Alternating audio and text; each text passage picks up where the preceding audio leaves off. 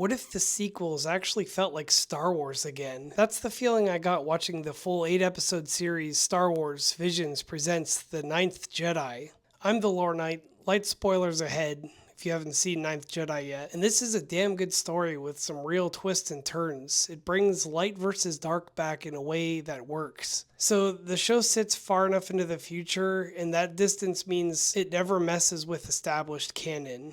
In my view, this is exactly how they should have approached the sequels. It uses the classic Star Wars formula: evil helmeted figure, a super weapon, family drama, and a spark of Jedi hope. The story has heart. It's about family in the same way the original trilogy was. Beautiful music runs through the entire thing. The samurai influence is clear in the movement and the quiet moments, and you can tell the writers genuinely love Star Wars. Kara's training arc feels a lot like Luke's journey in A New Hope. The first episode even carries that same sense of starting something larger, the way episode 1 did. Margrave Juro comes across a bit like Qui-Gon Jinn here to me, steady, a little unconventional, guiding without forcing. There are clear callbacks to the original trilogy and the prequels too. The miners who fight with swords remind you of the Ewoks, only, tougher. Those guys frozen in carbonite. Also the clear callback to That's No Moon, by them basically saying that's no asteroid. And those ships look cool even though they're not exactly practical. The force powers reach Force Unleashed levels at times, which is fine with me. When the characters push into that Ultra Instinct style of focus, but still stay Jedi, it lands well. The lightsaber duels are extremely well choreographed.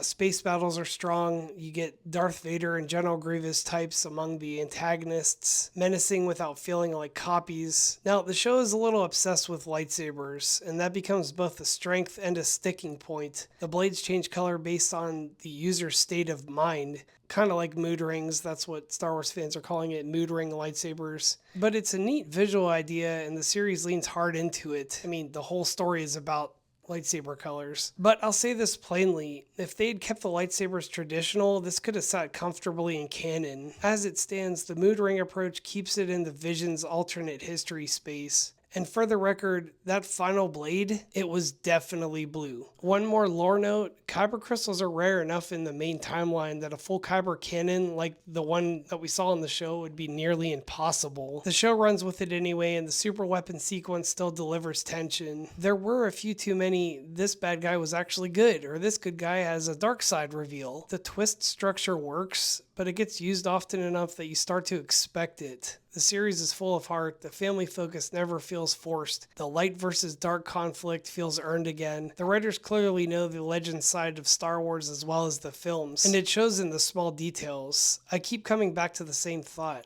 Someone should hire these writers for a live-action trilogy. All around this is solid storytelling and good Star Wars lore. So what did you think of the color-changing blades? Or if Juro is kind of a Qui-Gon Jinn type? Leave a comment, I read them. If you like this review, hit that subscribe button so you catch the next one. Remember that question at the start? What if Star Wars finally got the sequels it deserved? For 8 episodes, The Ninth Jedi came closer than most. May the Force be with you. I will see you next time.